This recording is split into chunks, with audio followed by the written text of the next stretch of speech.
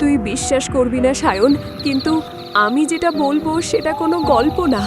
আমি আজও ঠিক করে ঘুমাতে পারি না, আয়নার সামনে দাঁড়াতে পারি না। সব কিছুর শুরু দার্জিলিংয়ে।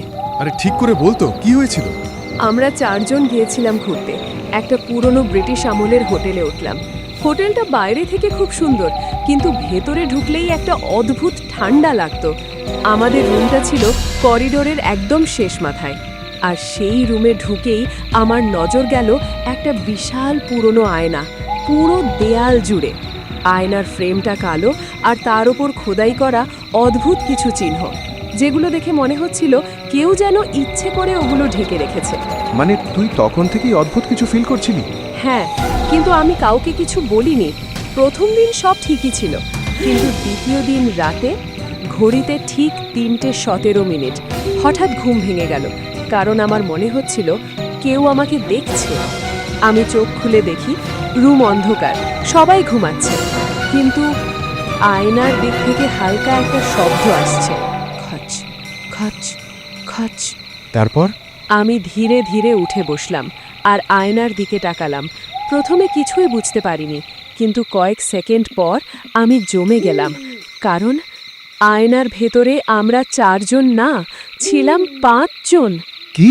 হ্যাঁ, আমাদের পিছনে দাঁড়িয়ে ছিল একটা মেয়ে। চুলগুলো সামনে ঝুলে আছে, মুখ দেখা যাচ্ছে না, কিন্তু তার মাথা অস্বাভাবিকভাবে একদিকে কাত হয়েছিল। তুই আমাকে দেখছিস, তাই না? আমি চিৎকার করতে যাচ্ছিলাম, কিন্তু গলা দিয়ে শব্দ বেরোচ্ছিল না। হঠাৎ আয়নার ভেতরের মেয়েটা মাথা তুলে তাকালো। তার চোখ দুটো পুরো কালো, আর সে হাসছিল ধীরে ধীরে। এবার তুই আসবি। তুই বাকিদের ডাকলি না? ডাকার চেষ্টা করেছিলাম, কিন্তু তখনই আয়নার ভেতরের আমি আমার দিকে তাকালো, কিন্তু ওটা আমি না, কারণ আমি ভয় কাঁপছি, আর আয়নার ভেতরের আমি শান্তভাবে হাসছে। ওকে দে, আমি বেরোতে চাই। হঠাৎ আয়নার মধ্যে ফাটল ধরল, একটা জোরে শব্দ, চ্যারর! আর সেই ফাটলের ভেতর থেকে একটা কালো হাত বেরিয়ে এলো, লম্বা, পচা, নখগুলো রক্তে ভেজা, সরাসরি আমার দিকে। না, তারপর? আমি দৌড়াতে চাইলাম, কিন্তু আমার পা নড়ছিল না। হাতটা ধীরে ধীরে আমার গলা চেপে ধরল। ঠান্ডা, বরফের মতো ঠান্ডা।